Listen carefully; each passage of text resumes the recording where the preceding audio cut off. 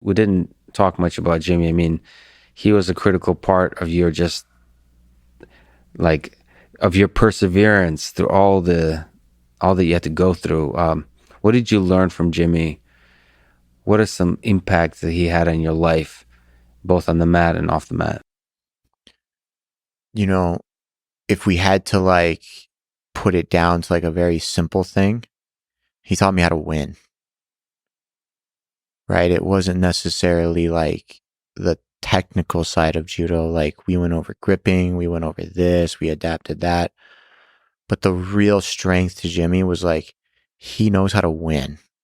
And most people think, well, if I get really good at this technique, I'll be able to throw people with it and I'll win. That is not how the world of sports works, right? Like, I remember in one of my YouTube videos, I was doing a breakdown of a match from the Cuba Grand Prix where I was fighting a Mongolian guy. He's kicking the shit out of me. I'm not going to lie. 4 minutes in, like, he just throwing me like left and right. He was so fast. I felt like I just couldn't get to him. In the last 30 seconds, he changed.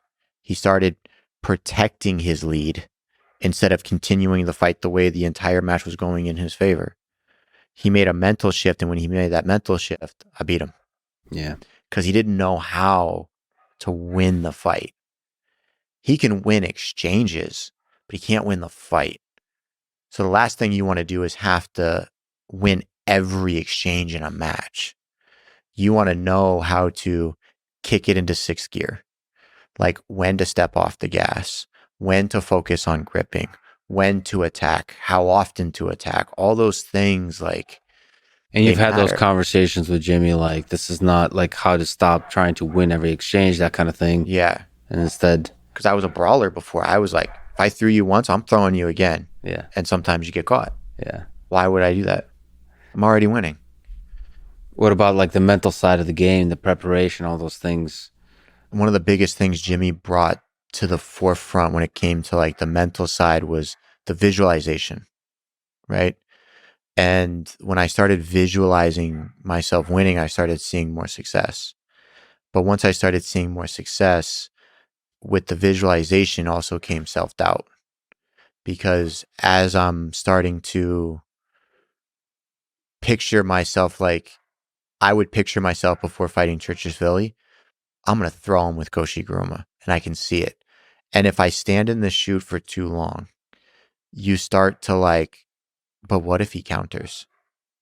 Then you go, well, if he counters with this, I'm going to counter with that. But you already let that doubt in. And then you start playing this like 5-step scenario, but you still come out on top. But all that doubt has like seeped into your mind, right? And a lot of people don't understand that that's a bad thing. You're still winning in your mind, but you're also doubting yourself in your mind. Yeah, once you let the like That that little doubt seep sliver, in, the it's little it's sliver. destructive. Yeah. And so I remember I was at the World Championships. I can't remember what year it was, but I was ready. Like I was healthy.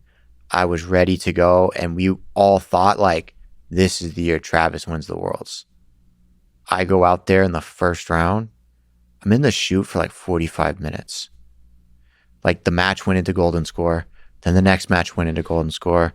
Then the fucking next match went into golden score. Then the referee came and told me, you can't wear your gi. Then Big Jim goes, why can't he wear his gi? Any gi that has his name on it, we're not going to let him wear. He has to wear a different gi. So then I go, fuck you, I'm leaving. And I walked out there and I fought. I lost in golden score because I did a kochi and they called it a false attack. And I went, great, I'm out of the fucking worlds. But when I was in the chute, I struggled because I started allowing the like Hungarian guy that I was going to face to do things to me that I would have to play defense to and then counter. It's like, great, but now I'm doubting my own ability.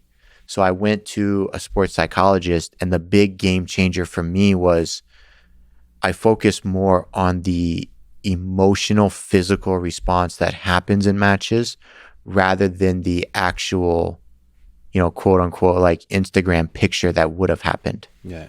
So when I was getting ready for 2016, you think about like, how do you feel like standing in the chute? Like, what does your body feel like? Is your heart racing? How's your breath? Is your mouth dry?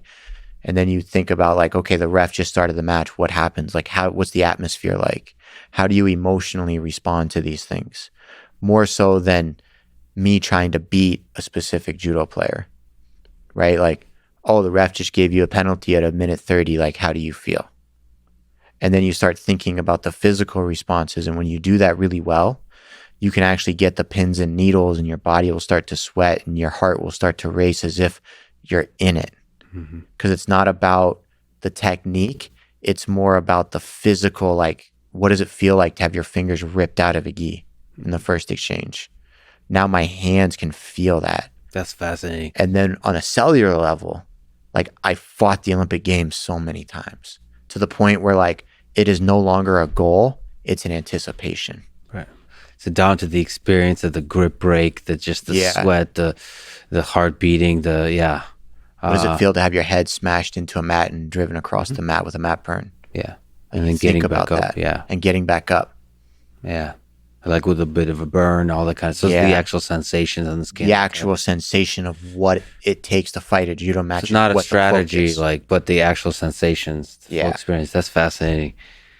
Because then your body's going to fight hundreds of matches without the physical damage. And you could probably get really far with that, and not also in just judo, but basically anything.